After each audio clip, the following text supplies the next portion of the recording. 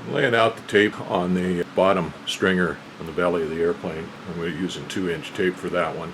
And I had the bright idea of using some magnets to hold the tape on while I was laying it out. Laying all the fabric out and everything on the whole fuselage and all the other parts. I used a bunch of these little cheap spring clamps that I got from Harbor Freight, and they worked pretty good.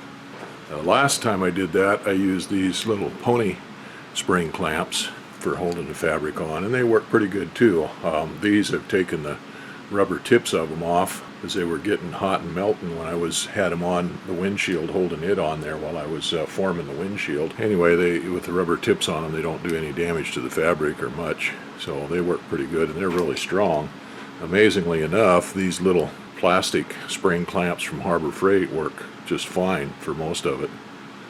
But once you get the fabric on and all stretched out, there's not a whole lot of places to clamp things onto on some of these tapes, especially the ones that go down the stringers and the longerons. So I remembered that I had a bunch of these little neodymium magic magnets, had a few of these, and I thought I'd try them out. Actually, I've got several different styles of them. I had some big ones that I used last year when I was overhauling the axles on my trailer, on my dump trailer, and I used them to hold tarp over everything to keep the rain off, to kind of make a little tent over it and keep the wind from blowing the tarp off. And they worked real good. They were about 2 inches in diameter and fairly thick, and they worked really good for that. But I pretty much ruined those by leaving them out in the weather because they did rust and get chipped up.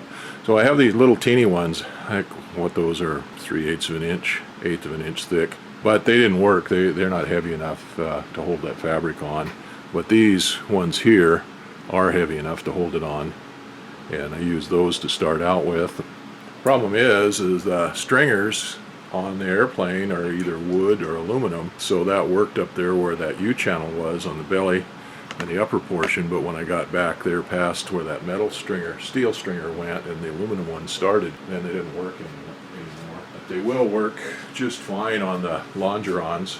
Anyway, I've got that laid out. I used masking tape on here to hold that up. Now, once you get started on that, then you have to loosen that stuff up so that cape can drop away from whatever you're working on, so you can get underneath it with a brush to put the poly brush on and stuff and glue it down. I got the tape cut to length now. I can loosen that up, pull it away, and then start gluing that down.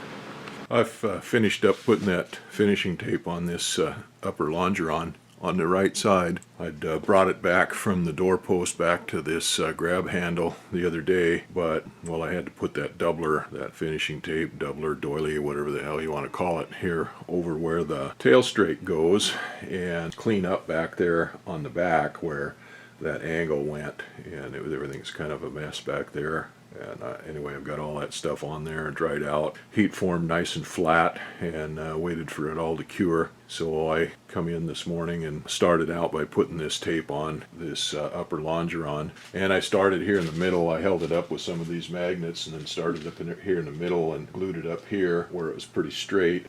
And I went back along here, and I had to make a couple of slits in here because this curves and bends down.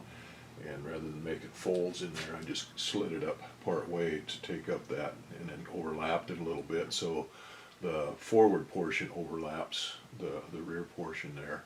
And getting it to form around this gusset here was kind of a pain, but we got it.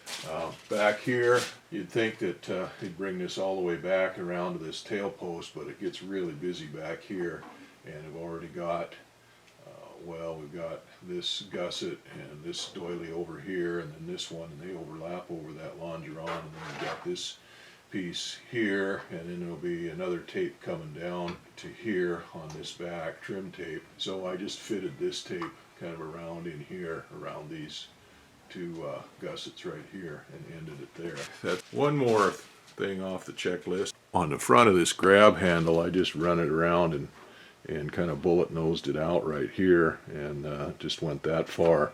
But back here, I went ahead and brought it up to this grab handle and then slit the tape on the lower side of middle, then marked where this handle was and made slits around it going in and fitted around that handle. We'll have to come in later with a razor or something and trim that up, but anyway, that fitted that around that handle, and then it's ended right up here in kind of a bullet nose. So again, it's plenty busy enough here that I don't need a whole bunch more tape on that. So there's one more tape on there now. The tapes are on the lower longerons and the belly center section there, the stringer that runs down the belly. The belly center section, I used a 2-inch tape for that, and then I run that out to the tail. And back there, that lower stringer doesn't go all the way to the back. It bends up into the fuselage back there forward of that, where that flying wire is attached to. So I just rounded that off there. But the end of that tape is covered over by the tapes for the longerons. On the longerons, I used a 4-inch tape on those, and I just used a lightweight tape on those. If I was doing a airplane that I was going to run off of a gravel strip or in the bushes, particularly off a gravel strip, I would have used heavy tape on those. But this will never see that harsh a treatment. Be water spray going up on it and stuff, but there won't be any gravel or sand or anything like that coming up on them, at least not while I have it.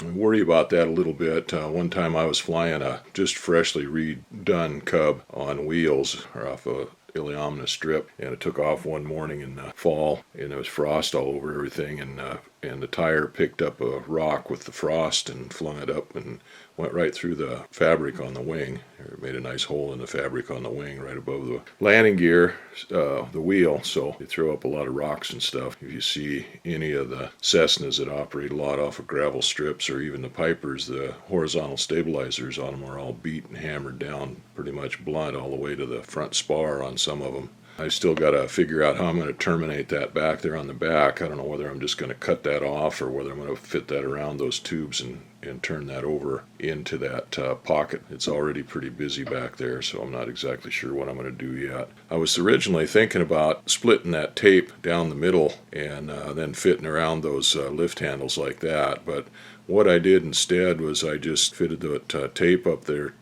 to the lift handles and then marked them where they were down to the bottom of the tape where it bends around underneath the bottom there, and then cut a slit for each one of those attach points of those handles up to the middle line. Just cut out reliefs all the way around in an area there where they'd fit over those handles where they attach into the longeron. Now, I took that tape and I laid it out on there and used magnets to hold it on there to cut it to length. And then once I got it cut to length, I brought it over here to the table, and I took the rule and marked a center line down the center line of it. So even though I had lines drawn on both the side and the bottom of that for the 4-inch tapes to follow, those lines kind of got messed up in a few places, like right there where those lift handles are, places where we had a lot of polybrush on there that I wiped off with reducer. I was afraid they might not be exactly accurate, so anyway, I run a line down the center line of that tape and then kept that line lined up on that longeron.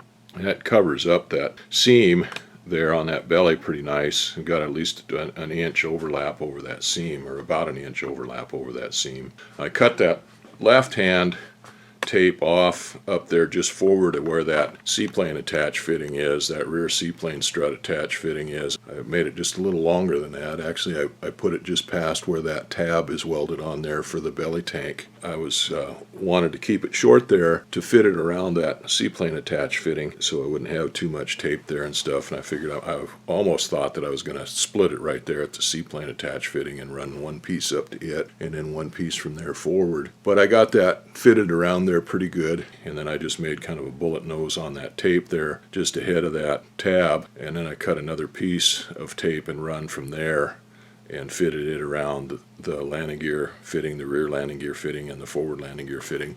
Now this longerons here, particularly from where that seaplane attach fitting is back, make a continuous curve, an arc going back there.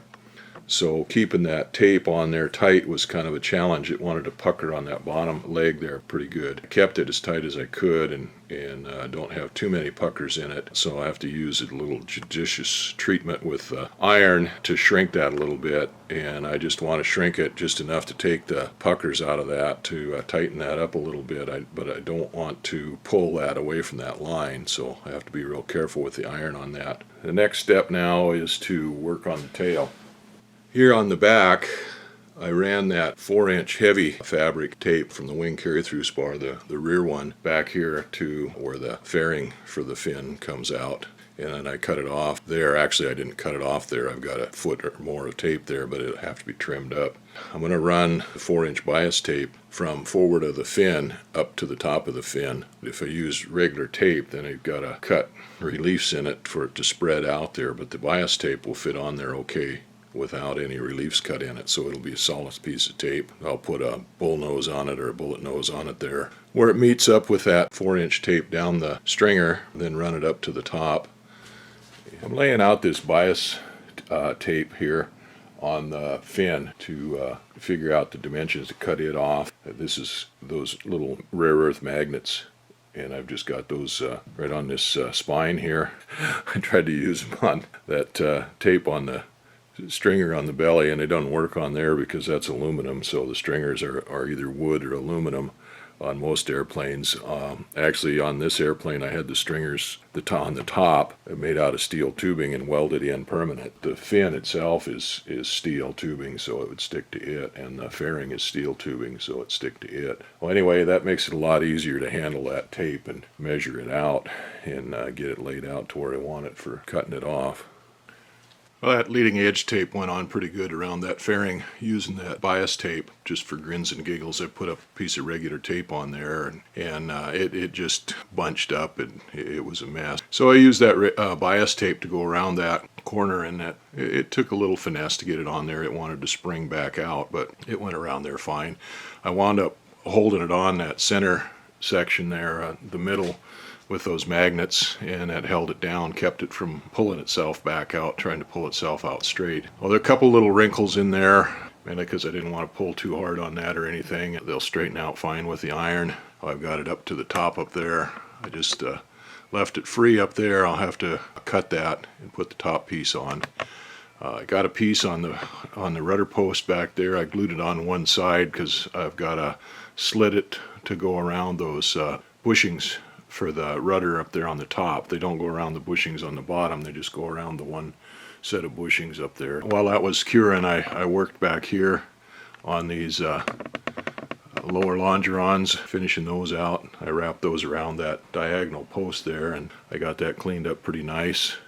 Did the same thing up there on the front. I just cut that off and folded it over the front of that Piper U-channel there. Trimmed up a few loose ends and stuff that were on it. That upper longeron, the tape on it went by that window over there, the sliding window, and of course the D window on the back and the front window. Trimmed that out, glued that in. That was kind of a pain. I even used the iron to bend it over those corners and stuff. I still couldn't get that stuff to stick down very well. Anyway, that's all done now. I'm going to do a few things there on that wing root just to close some of those holes up a little bit and finish them. On some of those patches there on the wing root, I'm going to use some of these little dollar patches that I made for the seaplane grommets. I'm going to burn a hole in the center of them rather than cut it, so it winds up with a melted edge around there. Instead of it being a cut edge, it'll be a stronger edge on those, like where the fuel lines penetrate. And a couple of them I'm going to have to make something else, some other type of patch on them because they're bigger. But I trimmed up the trim tape that went up the vertical fin, the front part of the vertical fin there at the top, and what went up the tail post. Put a piece of 4-inch up there on the cap. I've got to wait for that to cure and then trim it out. But I'll have to leave it set overnight to dry hard enough to cure up to do.